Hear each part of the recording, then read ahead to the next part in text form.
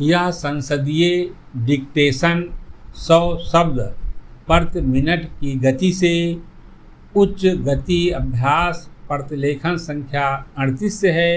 यदि यह आपको अच्छा लगे तो लाइक, शेयर और सब्सक्राइब अवश्य करें। रेडी उपाध्यक्ष महोदय, उसमें हमने साफ साफ कहा था कि जो गरीब वर्ग है, जिसकी गरीबी के बारे में सभी जानते हैं, उसको देश की आमदनी का जो औसत है वह अवश्य ही मिल जाएगा और इस दिशा में हमारा प्रयत्न जारी रहे।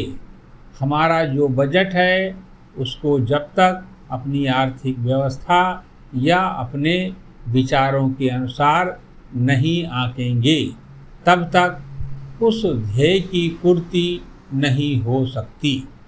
यदि इस दृष्टि से अपने बजट को देखते हैं तो हम इसे ना अधिक और ना कम नंबर दे सकते हैं।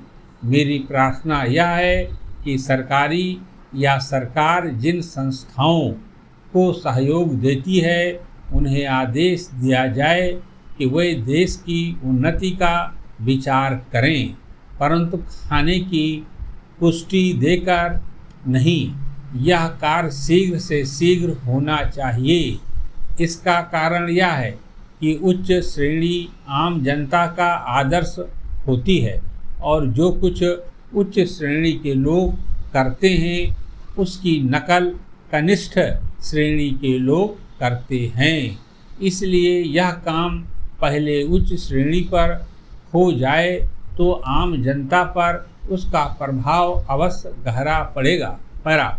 सप्ताह में 2 बार भोजन छोड़ने का जो मेरा सुझाव है, इससे न केवल अनाज वरन ईंधन, तेल, कोयला आदि सब की बचत होगी। भोजन छोड़ने के अलावा अन्न बचाने का और भी एक तरीका है, वह भी सामूहिक सामाजिक श्रेणी पर किया जा सकता है। जानते हैं कि इस देश में 10% अन्न कौन खराब करता है? कीड़े, पंछी, बंदर और बोरियां ठीक न होने से अनाज गिर जाता है और मिट्टी में मिल जाता है।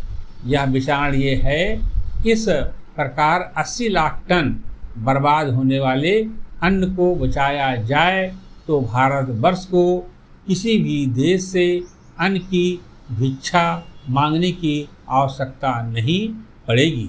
श्रीमन, यह अपराध कबूतरों, बंदरों, कीड़ों आदि का नहीं है, यह अवश्य ही हमारा अपराध है। आज तक विदेशों से हमको अनाज मिलता रहा है, इसलिए हम लापरवाह थे, इसीलिए अनाज का विनाश होता रहा। परंतु अकाल पड़ेगा जैसा कि इस वर्ष पड़ा है, तभी हम जागें तो यह ठीक नहीं है। हमें अन्न के नाश को रोकने की सतत कोशिश करनी चाहिए।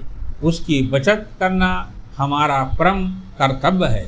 यह काम हर किसान, बच्चा और युवक कर सकता है और उन्हें करना चाहिए। अन्न बचाने की समस्या केवल कानून के जरिए हल नहीं होगी, यह बात भी सामाजिक चेतना पर निर्भर है। समाप्त।